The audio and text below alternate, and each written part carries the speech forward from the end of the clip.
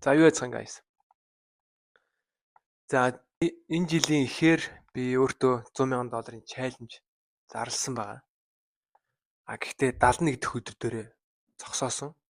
Яг тэгэхээр өөрийгөө ер нь бол фейлцнийг илрүүлсэн. 8 сарын сүүл хавар юм уу? Нэг хэсэг завсарласан 2-3 сар. Тэгээ тэр хугацаанд өөрийнхөө хаана фейлцсэн, юун дээр алдсан бүх юмнууд дээр ерөөхдөө судалгаа хийгээд ороод ирлээ.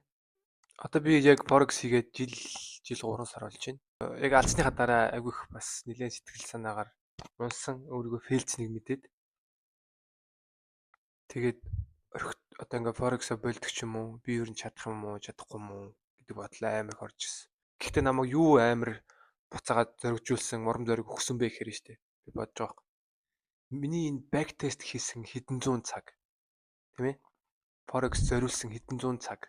Дээрээс нь YouTube видео, сургалтууд үзсэн. Энэ хэдэн зуун цагийг ингээд зүгээр хайчмаар байгаа байхгүй. Надад амар үнцэнтэй байгаа. Эхний 30 хоног ерөөсөө ингээд арилжаа хийгээгүй байхгүй. Ер нь л орхицсон. Тэгсэн чинь надад амар өгүүлэгдээд. Ер нь л заад. Ер нь өргөжүүлэх хэрэгтэй юм байна. Хийх хэрэгтэй юм байна. Тэгээд буцаад алдсан одоо энэ алдаанууд дээр та бүхэн мэдж байгаа бол би журнал бичдэг.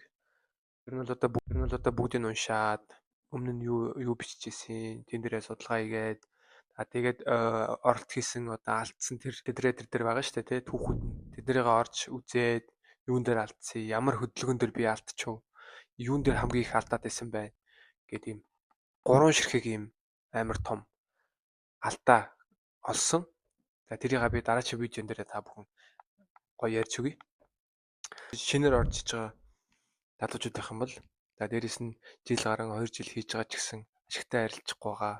Тэгээ ингээм амар алдаад байгаа залуучууд байх юм бол guys болно хэдүүлээ. Хэдүүлээ болно шүү.